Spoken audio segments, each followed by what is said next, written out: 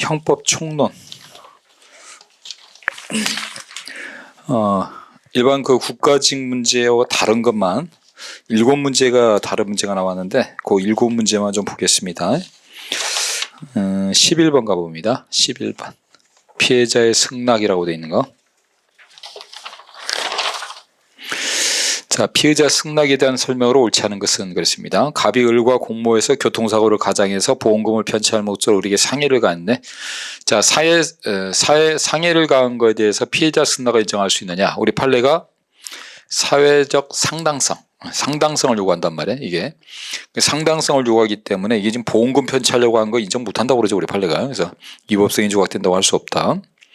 그다음에 갑이 동거증인 을의 지갑에서 현금을 꺼내가는 것을 을이 현장에서 목격하고도 만류하지 않았다. 만류하지 않았다는 것은 승낙해 준 거다. 가져가라고. 승낙해 준 거기 때문에 절도죄는 승낙을 했으면 안 되겠죠. 절도죄에 해당한다. X.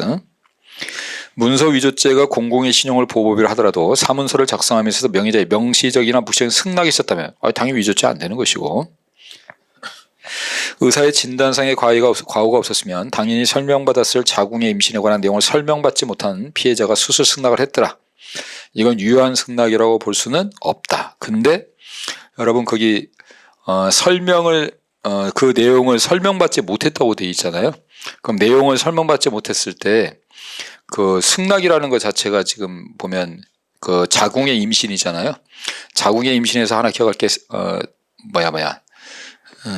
요즘에는 승낙을, 옛날에는 그 수술 같은 것을 의사의 업무 행위로 봤어요. 그래서 위법 승낙으로 봤는데 요즘에는 이렇게 승낙으로 많이 봐요. 그래서 피해자 승낙이 수술이나 이런 것도 피해자 승낙으로 갈 수 있다는 거 알아두세요. 대부분 요즘에 피해자 승낙으로 많이 판단을 많이 하니까 참고로 알아두시고, 승낙에서 여러분 좀 같이 기억할 게 그거 하나 좀 같이 검토해 봅시다.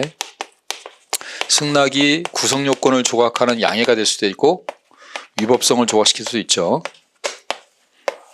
이거는 구성요건 조각이죠. 구성요건 조각은 아예 승낙을 해버리면 개념이 성립되지 않는 거라고 그랬어요. 주로 이제 기억할 만한 게 주거 침입, 절도, 위변조. 이거 정도 기억하세요. 주저리 건다고 그랬죠. 주거 침입이나 절도나 위조 같은 경우는 승낙하면 주거 침입이 될 수가 없는 것이고, 승낙했으면 어떻게 훔쳐간 것이 돼요. 승낙에는 어떻게 위조가 돼요. 개념상 성립이 안 되기 때문에 이런 구성요건 조각이 돼요. 주저리 같은 거 나오면 이건 구성요건 조각이라는 거 꼭 좀 기억해 두세요. 헷갈리시면 안 됩니다. 자, 중지미수 봅시다. 12번에.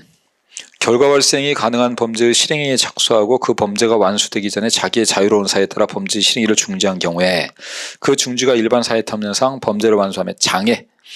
자, 우리 대법원은 중지미수의 자의성을 장애가 있느냐 없느냐 갖고 따집니다. 따라서 장애만 없다면 중지미수에 해당하는 걸로 봅니다. 2번은 둘째 주에 겁난 거죠. 우리 겁이 나서 하는 거, 무서워서 겁이 나서 다 무슨 미수? 장애미수. 겁이 난 건 못하는 거예요. 안 한 게 아니라 못한 겁니다. 중지미수 X. 3번에 뭐 어린 딸이 깨어 운다, 뭐 남편이 곧 돌아온다, 다 장애미수죠. 중지미수 판례 하나 있죠. 친해지면 응해주겠다. 그러니까 친해지면 응해주겠다. 그게 중지미수예요. 자, 4번에 피해자를 살해하려고 찔렀는데 마찬가지. 이것도 둘째 줄 겁을 먹고 다 장애미수입니다.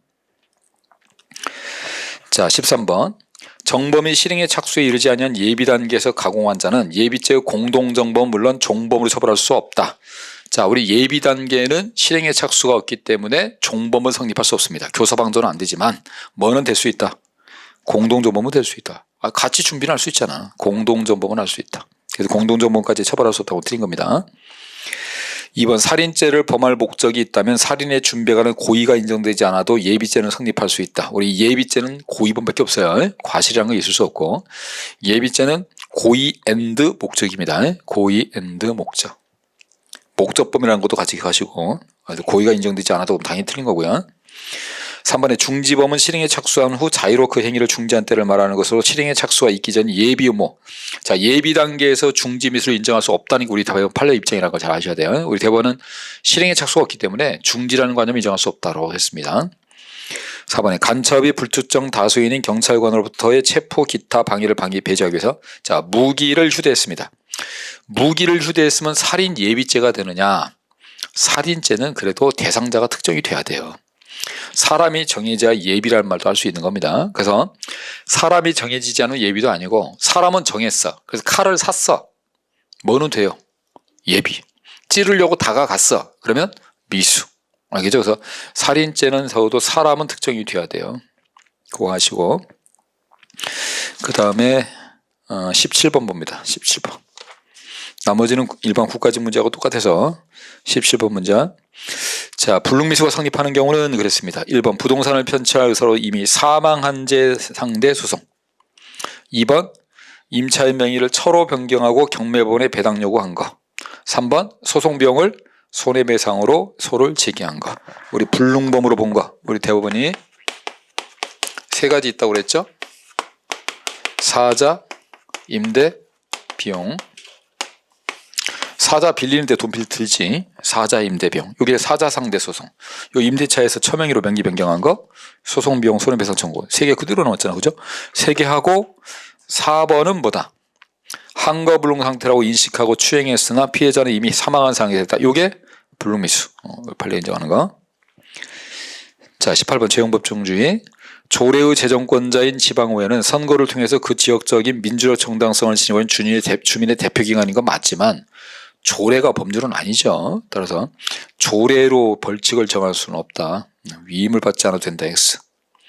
그럼 2번 지방자치법에서 지방자치단체는 조례를 위반한 행위에 대해서 조례로 벌금을 정한다. 말도 안 되는 소리고.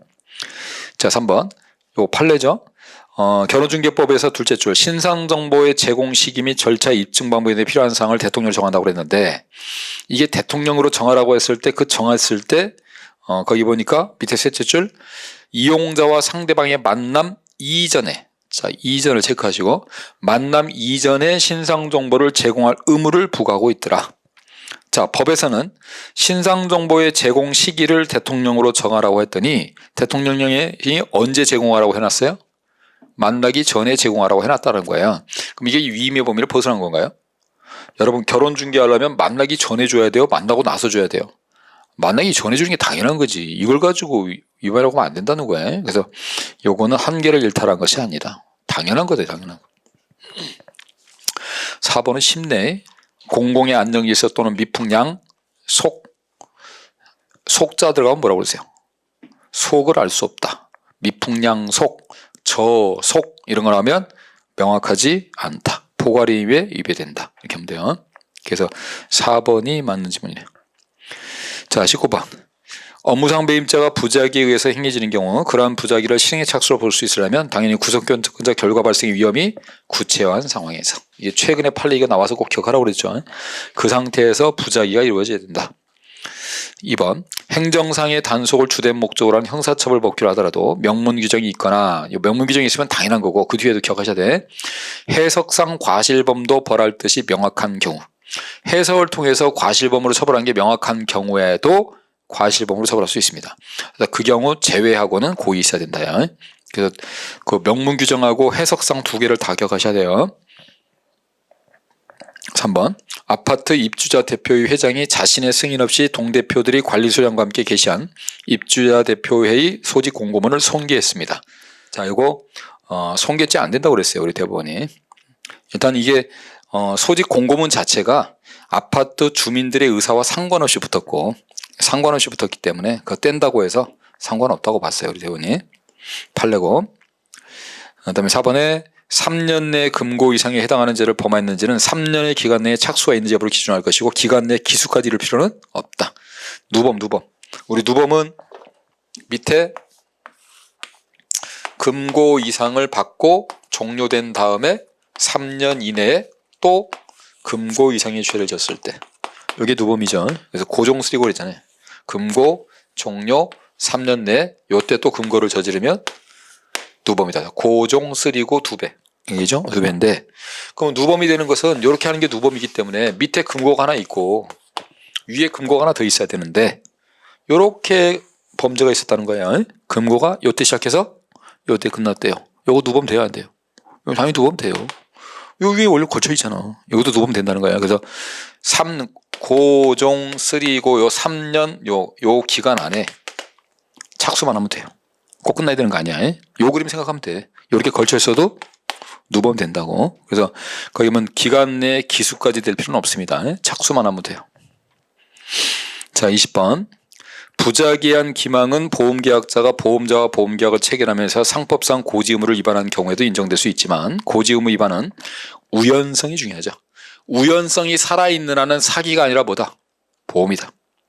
우연성이 없을 때 사기가 된다. 도박도 마찬가지죠. 도박도 우연성이 살아있는 한은 도박이고 우연성이 없어지면 뭐가 된다? 사기가 된다. 똑같은 거예요. 그래서 우연성이라는 보험의 본질을 해야 할 정도 이르러야 한다. 그럼 2번. 경찰관에 압수된 증거물을 검찰청에 송치해서 검찰에 송치해서 범죄 혐의 입증에 사용되도록 하는 등의 적절한 조치를 취하지 않고 오히려 돌려줘 버리면, 자, 이 행위 자체가 두 가지 의미를 갖고 있다. 돌려준다는 얘기는 증거를 인멸해 버린다는 뜻이고, 그럼 경찰이 그랬으니까 직무를 유기한다는 개념도 되죠. 그럼 자기도 되고 부자기도 되면 뭐만 성립한다? 자기범만 성립한다. 따라서 부자기범은 성립하지 않는다는 거. 2번이 틀렸고 3번. 범죄가 적극적 자기는 물론 소극적 부작위로도 실현될 수 있는 경우에 행위자가 자신의 신체적 활동이나 물리적 화학적 작용으로 타인의 법익상을 악화시켜서 결국 침해에 이르렀답니다. 이런 뭐로 본다? 자기.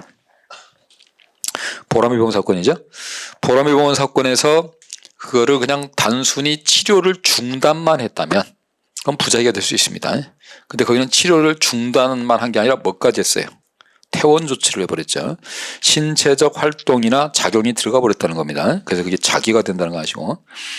4번. 부작위범의 자기 의무는 법적인 의무이나 성문법이건 불문법이건 상관이 없고 법령, 법률행위, 선행이 이러한 경우는 물론 신의칙, 사회상규, 조리까지도 다 인정이 된다. 부작위범이니까. 자, 쉽게 나왔어요. 형법은 이걸로 마칩니다.